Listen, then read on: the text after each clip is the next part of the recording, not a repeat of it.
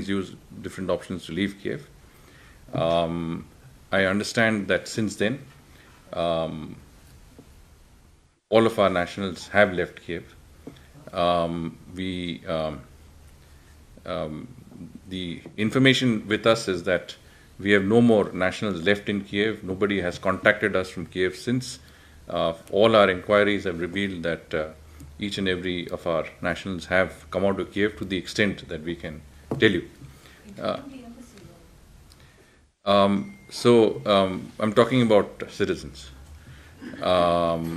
We have also understand that another 1,400 of our citizens who were in this southern town called Zaporizhia, which is also in an expanding conflict zone, have also departed and moved towards the western borders of Ukraine. On the Moldova border, another 400 students have been able to cross through into Moldova and are in shelters there arranged by the MEA team that I had mentioned last time is in place in Chisinau, facilitating their movement from there to Bucharest. Even as we speak, the embassy office in Ukraine is being set up in Lviv, which will enable our embassy teams to spread out to the border areas of Ukraine with Poland, Slovakia, Hungary, and Romania. The idea is that they will be there in person. They should be able to facilitate and assist our citizens who are trying to exit Ukraine into each of these countries and leave, the conflict area. We have also sent additional teams. I think we have sent another 25 officers to all of these 4 missions neighboring Ukraine to supplement the very minimum staffing that we have in normal course.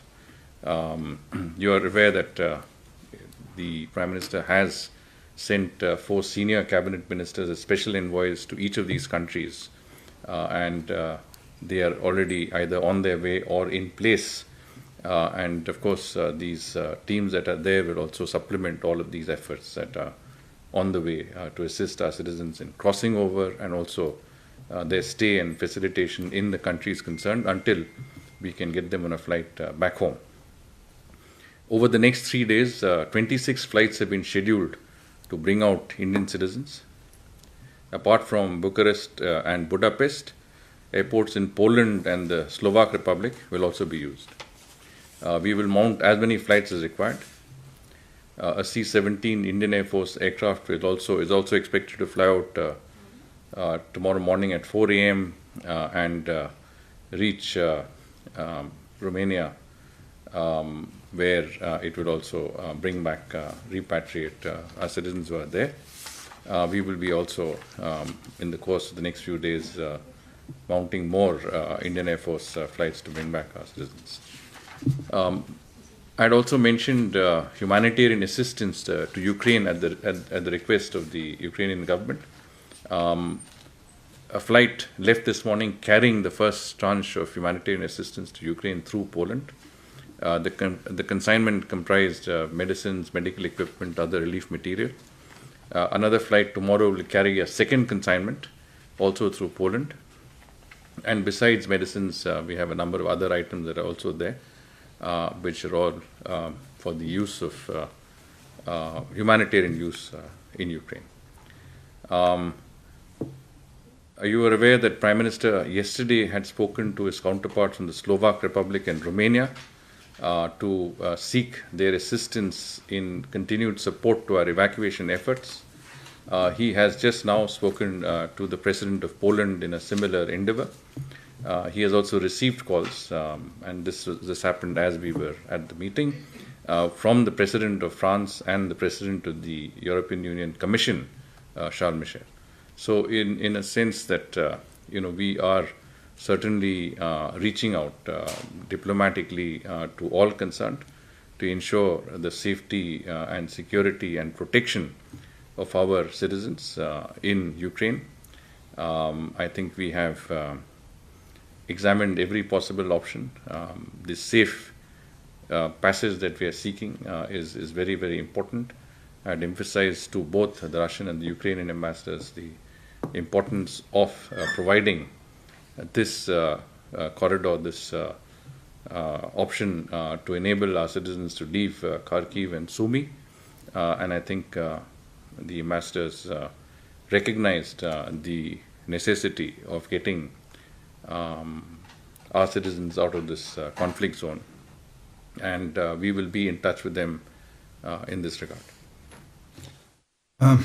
Thank you very much. Sir, look, I will take a very few questions. I saw your hand first, we'll take 4 rounds. Okay. Sir मैं मनीष हूँ TV9 Bharatvarsh से। एक बात जो समझ में नहीं आ रही है कि हम लोग लगातार विजुअल्स देख रहे हैं कि सारे एग्जिट पॉइंट पे बॉर्डर पे सैकड़ों स्टूडेंट्स हैं और जो संबंधित जितनी भी कंट्री है, चाहे रोमानिया हो, पोलैंड हो, ये सब कह रहे हैं कि हम देने को तैयार है। फिर आखिर दिक्कत क्या हो रही है? क्यों स्टूडेंट्स एग्जिट पॉइंट से बाहर नहीं निकल पा रहे? क्या यूक्रेन साइड से कुछ प्रॉब्लम है? उस पर कुछ अगर आप क्लियर कर सकें। Sir, you made 2 ambassadors, Russia and Ukraine. What is their assurance? Are they going to coordinate for giving us safe passage? And why they are not, leaving the whole, immigration process when the whole country is at war? Why they are blocking the people from going from Ukraine to another country? Srinjo. Sir, about Naveen, according to the information that you have, what exactly happened to him? Yes, sir. And secondly, is there any effort to get the body back as his father has requested, and I think the Chief Minister has also said he is trying to do that. Is it feasible to get that done in the situation that we are now? Foreign Secretary, just wanted to ask, thus far India has abstained from all resolutions that have been seen as criticizing Russia. In the aftermath of today's incident where an Indian student has been killed in what appears to be Russian shelling in Kharkiv, is India reconsidering its position at the United Nations? Thank you. Madam, yeah. Please introduce yourselves, I notice. Yeah. Sir, Paulmi from India Today. You mentioned about our team being positioned at Belgorod in Russia, which is about 100 kilometers from Kharkiv. What is the problem that we're encountering in having a safe passage towards Russia to get our students out from Kharkiv, from the eastern side? Last question then. News 18 India से नीरज हूँ sir. आपने कहा कि करीब 4000 लोग सूमी और खारकीव में हैं। खारकीव से कुछ छात्र ऐसे हैं जो हमारी जानकारी में भी जो लोग बाहर निकले हैं। तो अगर आपने रूस बॉर्डर पे लोगों को लगाया है, टीम भेजी है, तो फिर वैसे छात्र जो अभी भी कोशिश कर रहे हैं कि दूसरे हिस्से में जाएं, तो उन्हें कोई खतरा नहीं, क्योंकि 100 लोग जो हमारी जानकारी में निकले हैं वो भी हो सकता है कि वो भी किसी डेंजर जोन में आ जाए। Thank you, sir. Over to you.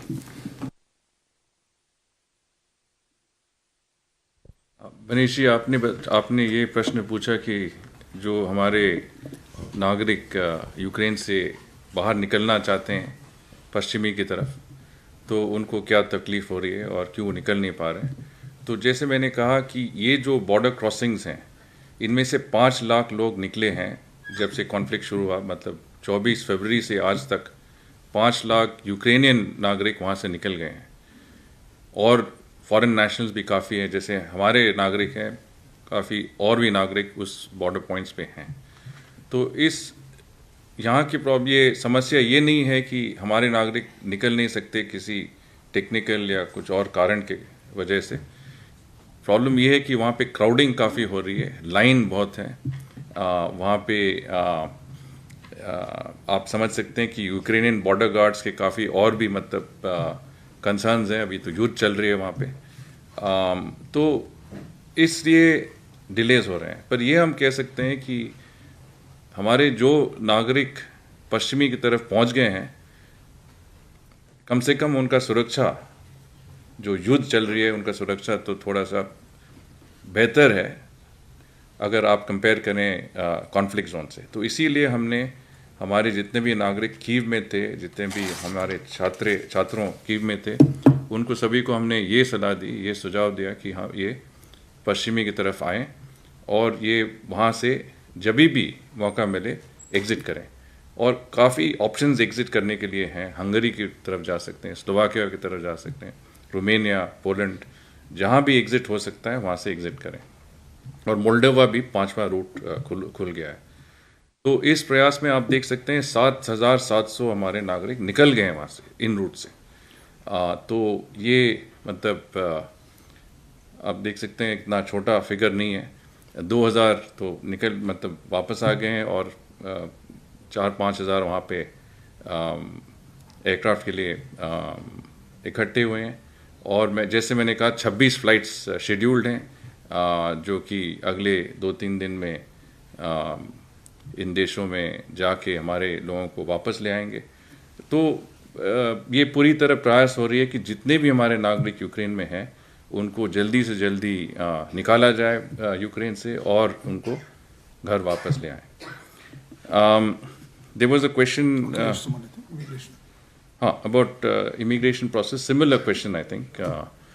The thing is that there is no endeavor to block our citizens from coming out.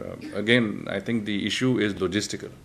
There are huge queues of people. There are, lines of vehicles that are at the immigration border points of people trying to leave a conflict zone.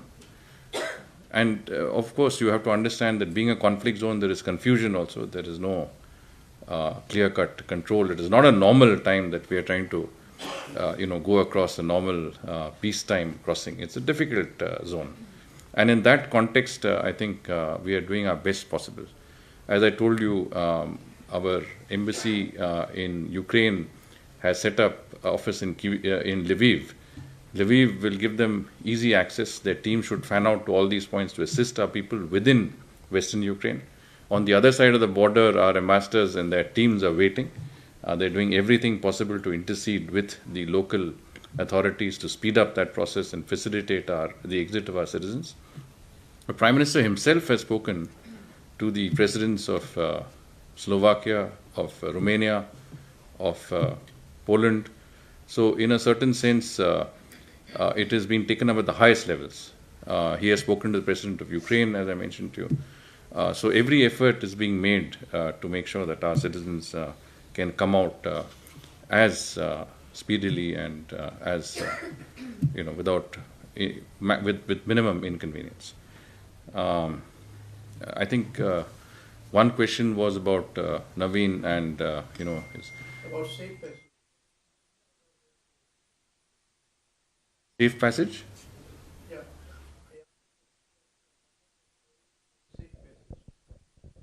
Well, it is a fluid situation. We have absolutely strongly and emphatically asked them to create this safe passage. But there is a war going on, and we will have to make the best of a situation that we can, find a way. I think that our interlocutors, both in Russia and Ukraine, understand that, and we will try and continue to press them to enable us to withdraw and evacuate our citizens in good order. Now, Naveen, of course, he was a fourth-year medical student at the National Kharkiv Medical University. He had, from what we understand from his friends, had come out to buy some groceries. He was at a shop and a line when he was hit. I don't know how. I mean, the circumstances are not absolutely clear. But this is obviously there is a fair amount of, I would say it is a conflict zone, and it's a very unfortunate situation. His body has been taken to the morgue in the university. Been identified. Did speak to his parents earlier today in Karnataka, conveyed our deepest condolences, and of course I think we will not only try and evacuate our nationals from that area, from that conflict zone as soon as possible, but also bring back Naveen's local authorities. So we are in touch with the local authorities in that regard as well. Now, how did, I think one question was, some of our people have exited from Kharkiv, 100 people have taken a train to the west. Others also tried to take it, but they could not because the circumstances prevented it. Because it's as again, want to emphasize, it's not a static situation. It keeps changing all the time. And, there were risks associated, they went back. Again, we have also emphasized that, to the extent possible, stay safe and stay secure. There are bunkers, there are shelters. It's important to stay safe until there is a possibility that we can evacuate you from that difficult area in a conflict zone. And there was I think...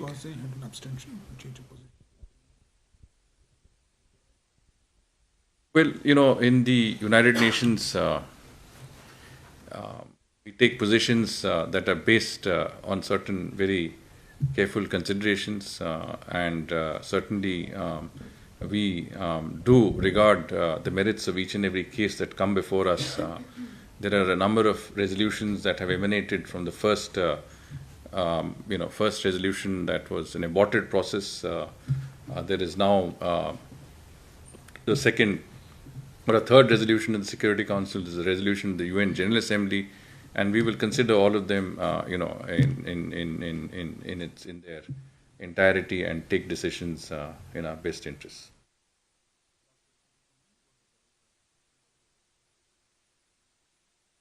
I think Paulomi's question was that is there a problem in Belgorod? The point is that Belgorod is the closest city to Kharkiv in that area, which is why our team is positioned there. At this point of time, I think it is planning and contingency planning, preparing for that eventuality, which we hope will be very soon, when our people can exit these areas, right? I mean, whether they exit westwards or they exit eastwards, we should be prepared either way, and we are making plans whichever way is possible. Wherever there is an opening, wherever there is that option presents itself, I think we will seize that moment. Thank you. Specifically in relation, is there a problem creating that safe passage from Kharkiv to the Russian border? Well, the problem is the ongoing conflict. I mean, there is a fairly intense conflict as we speak. You've been watching it on television. We have been getting reports of that conflict. That conflict is intensifying, and whether it's in Kiev or in Kharkiv, and we have to see what we can do. Just trying to get our people in the heat of battle while it rages may not be the best option. I mean, we have to make sure that both the sides are sort of in a position where they can offer us a safe passage. That's what a safe passage is all about, and we are working to secure that option. Thank you very much, sir. I appreciate, sir, your presence. I know it's late in the evening. Thank you very much for joining us for special briefing. We'll continue to bring you updates as we can.